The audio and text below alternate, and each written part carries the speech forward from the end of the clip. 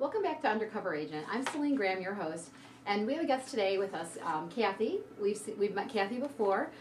We're excited because she has found a home that she is going to put an offer in on.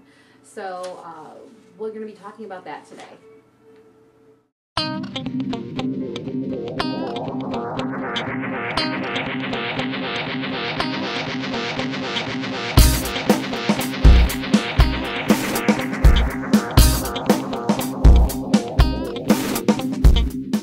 So Kathy, it's really exciting that you found a house that you like. We've spent a lot of time looking for homes. Yeah, we did. We really did. We've narrowed it down.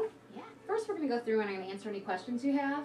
And then after that, you and I, by ourselves, will review the price that we're going to offer and go through what we call comps. And I'll explain what those are in just a minute. Oh, okay. Do I need a lawyer? Yeah, that's a great question, Kathy. You always need an attorney when you're purchasing or selling a home, at least in my opinion, you do. It's one of the major decisions you make in your life, and obviously you want good legal representation. Yeah. Real estate agents are not allowed to act as an attorney in Illinois. There are some states that agents can do that, but this is definitely not one of them. And an attorney will verify that the title on the property that you're purchasing is clear. Which is hugely important. So you definitely get your money's worth out of that, and if a problem arises, it's definitely worth it. What about inspections? Do I need to have one? That's another great question. Yes, you're going to want to have an inspection of the property. Even if it's a brand new property, there can be some things that come up that you're not aware of. It's much better, again, it's that kind of insurance policy you buy. It might cost you $300 or $400 for an inspection, but then at least you know that the mechanicals, the roof, the important things that would cost you a lot of money to repair, that they're all in good condition. Now, when you buy a new home, you typically get a 1-year warranty with that home, a builder's warranty, and that covers most defects that you would normally have.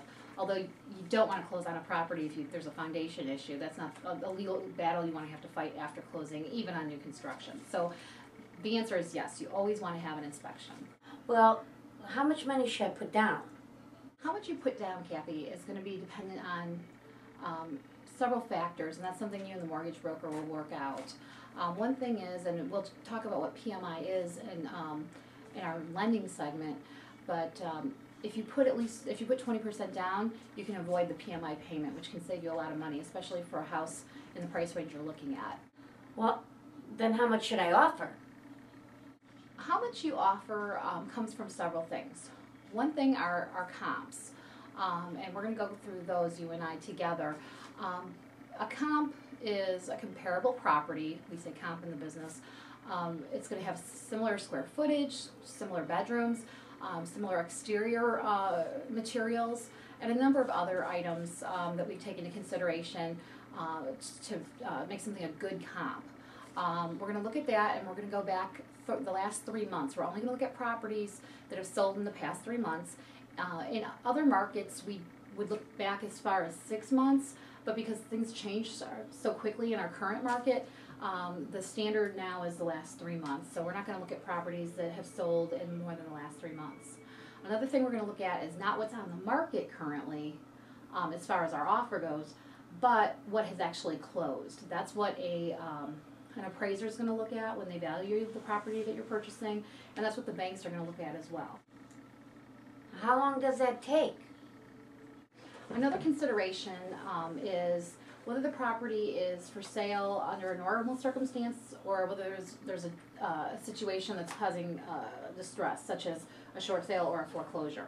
Obviously, a short sale or foreclosure is a completely different situation than just a normal sale, and unfortunately in this market, everyone thinks they kind of lump it all together, buyers do, and they think to themselves, well, you know, my friend got a place for, you know, $100,000 below market value, and sometimes I'll have a buyer come in and say, okay, I want to offer, you know, $50,000 below asking price.